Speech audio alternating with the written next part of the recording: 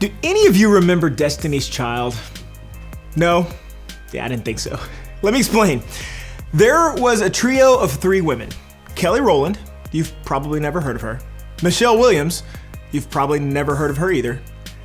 And Beyonce. Yep, almost everyone knows about the last one. Even though Destiny's Child sold more than 60 million records, most people only know one member of the group. Beyonce, Queen Bey, Juju, Sasha Fierce. Whether or not you like Beyonce or her music, one thing we can all agree on is this: Destiny's Child was never the same once she left. Anytime a trio is broken up, something is missing. But especially if Beyonce is the one who's left the trio. Ironically enough, the same is true for what we've been talking about in this series. Jesus' greatest commandment. And if you missed it, we talked about a question a religious lawyer brought to Jesus. He wanted to know what was the greatest commandment of them all. And Jesus replied, "Love the Lord your God with all your heart and with all your soul and with all your mind. This is the first and greatest commandment. And the second is like it. Love your neighbor as yourself." So basically, it really turned out to be a trio of three things that should be at the top of our list at all times. Love God, which means pursue a relationship with Him. Love your neighbor, which basically included everyone. As you love yourself. See the worth and value God assigns to you. These three things don't exist in silos, meaning they're not solo acts.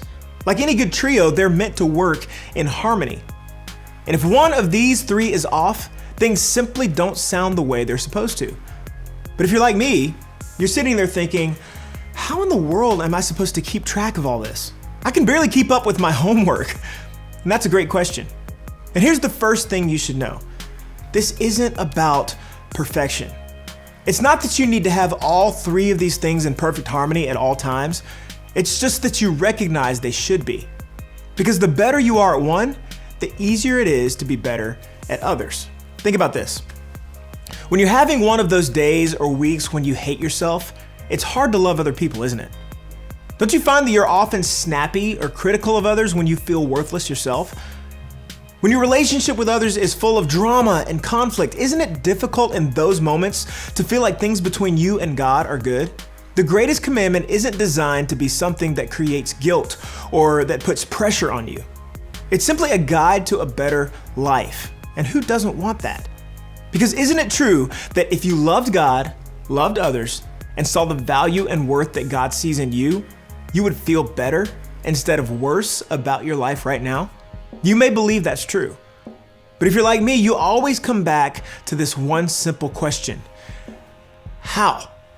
I mean, it sounds nice, but how does someone actually do these big three greatest ideas from the greatest commandment? Well, I'm glad you asked, because that's what we're going to talk about today. One day, Jesus was having a conversation with his disciples. This was his inner circle, the people he himself had called to follow him, which they did. In the story we're going to look at today, they were all eating together in what ended up being the last meal before Jesus was crucified. The disciples were feeling anxious because Jesus was talking like a crazy man, saying he was going to go away and they couldn't come with him. And this was stressing the disciples out. If Jesus was going to disappear, where did that leave them? They had left their families and their jobs to be with him. They had bet their lives on him, and now he was leaving? So to calm the disciples down and strengthen them, Jesus gave them an illustration that would help them in the days ahead.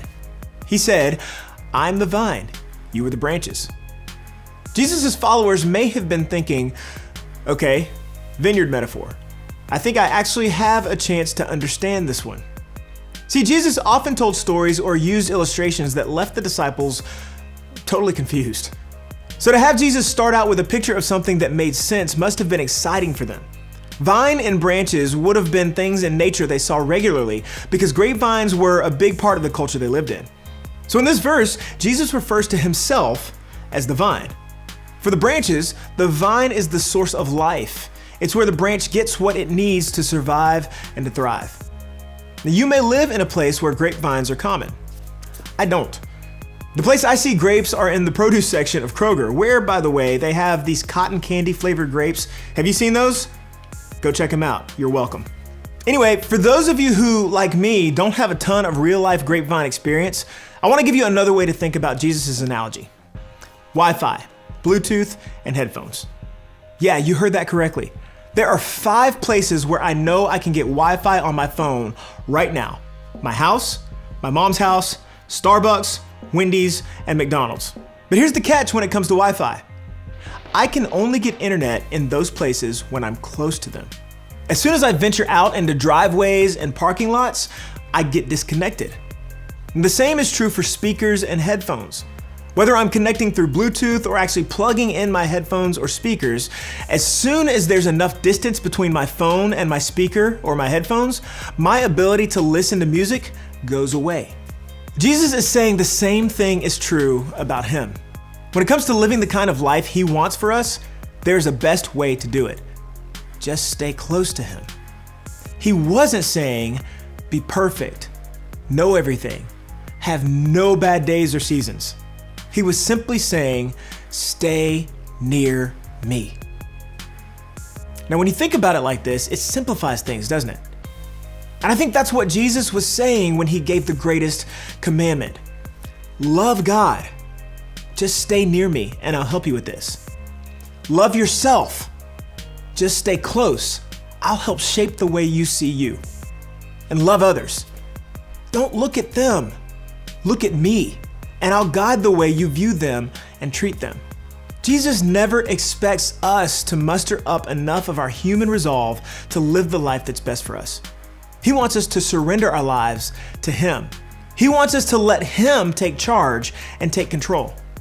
And when you see it that way, you'll discover it's actually freeing.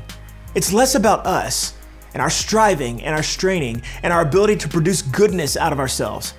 It's more about him, his work through us, and his leading in our lives. Jesus continues, if you remain in me and I in you, you will bear much fruit. The whole bearing fruit thing probably sounds weird, but remember that this is a metaphor. Fruit is what a vine produces when it's working right. And the fruit Jesus is talking about is the life change that you and I experience when we stay connected to him. In other words, Jesus is saying, there's a big payoff for you when it's more about me than it is about you. I didn't give you the great commandment and then say, good luck, hope it works out. No, if this is the greatest commandment, then why wouldn't I help you accomplish it? I'm on your team in a big way. I'm with you every step. Just stay close by. All the pressure of bearing fruit, of fixing things, and of making things right, it's not on your shoulders. His goal isn't to burden you. It's the same way that the goal of a grapevine is to produce grapes. The goal for the Great Commandment is living life to the fullest. But it starts by knowing that he is the source of it. As an exclamation point on this verse, Jesus concludes, apart from me, you can do nothing. You can try to do everything on your own, and you can accomplish some great things, but you will wear yourself out, and you won't bear the fruit God intends for you unless you stay close and connected.